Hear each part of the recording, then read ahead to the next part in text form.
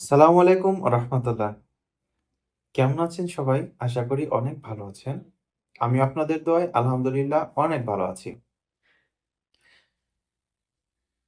আমি ডেন্টিস্ট মোহাম্মদ আল আমিন আহমেদ রোহেল। আপনাদের স্বাস্থ্য সেবায় আপনাদের ক্ষণিক আমাকে পাশে পাবে ইনশাআল্লাহ।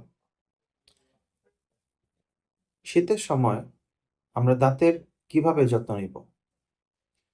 অনেকেই এই প্রশ্নটি করে থাকেন। শীতের সময় আসলে দাঁতের স্পেসিফিক যত্ন নেওয়া বলতে আমরা ৩-৪ টি ধাপের মাধ্যমে দাঁতের যত্ন নিতে পারি। যেমন ১ নম্বর হচ্ছে আমরা সকালে এবং রাত্রে যখন দাঁত ব্রাশ করি, দাঁত ব্রাশ করার আগে কিছু দাঁতের সেনসিটিভিটি দূর করে এমন কিছু টুথপেস্ট আমরা ব্যবহার করতে পারি। যেমন মেডিপ্লাস ডিএস অথবা সেন্সোডাইন টুথপেস্ট। এই টুথপেস্টগুলো সকাল আর রাত্রে ব্রাশ করার ৫ মিনিট আগে আমরা যদি আঙুলের মাথায় নিয়ে দাঁতের চারপাশে লাগিয়ে রাখি, সেক্ষেত্রে দাঁতের শিরশির যে অনুভূতি আছে, এটা মূলত শীতের দিনে আমরা বেশি অনুভব করে থাকি।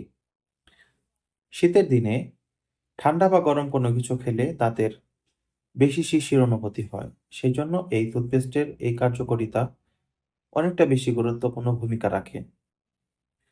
দ্বিতীয়ত হচ্ছে দাঁতের চারপাশে আমরা যে খাবার খাই সেই খাদ্যকণা জমে ডেন্টাল ক্যালকুলাস বা সিমেন্ট ধারণ করে। সেই ডেন্টাল সিমেন্টটা পরিষ্কার করার জন্য প্রত্যেক ৬ মাস অন্তর, অন্তর স্কেলিং করতে হয়।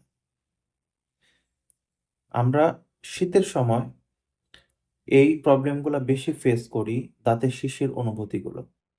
সেজন্য শীতের পূর্বেই আমাদের দাঁত যদি আমরা সম্পূর্ণ মুখ ওয়াশ করে রাখি, স্কেলিং করি, সেক্ষেত্রে প্রবলেমগুলো থেকে পরিত্রাণ পাওয়া যায়।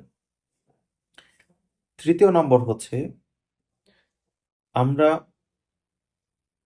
প্রত্যেকদিন যখন দাঁত ব্রাশ করি, ব্রাশ করার পরে খাবার-দাবার খাওয়ার পরে কুসুম, কুসুম গরম পানিতে দিনে ২ থেকে ৩ বার হালকা করে আমরা কুলকুচি করতে পারি।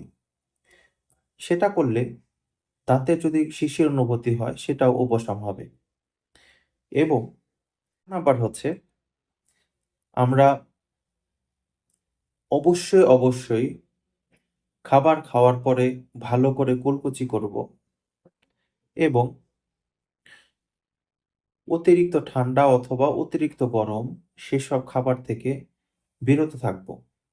তাহলে আমাদের শীতের দিনে আমরা আরো বেশি যত্নবান হতে পারব এবং দাঁত সম্পর্কে আরো অন্যান্য টিপস পেতে অবশ্যই আমাদের সাথে থাকুন। ধন্যবাদ সবাইকে।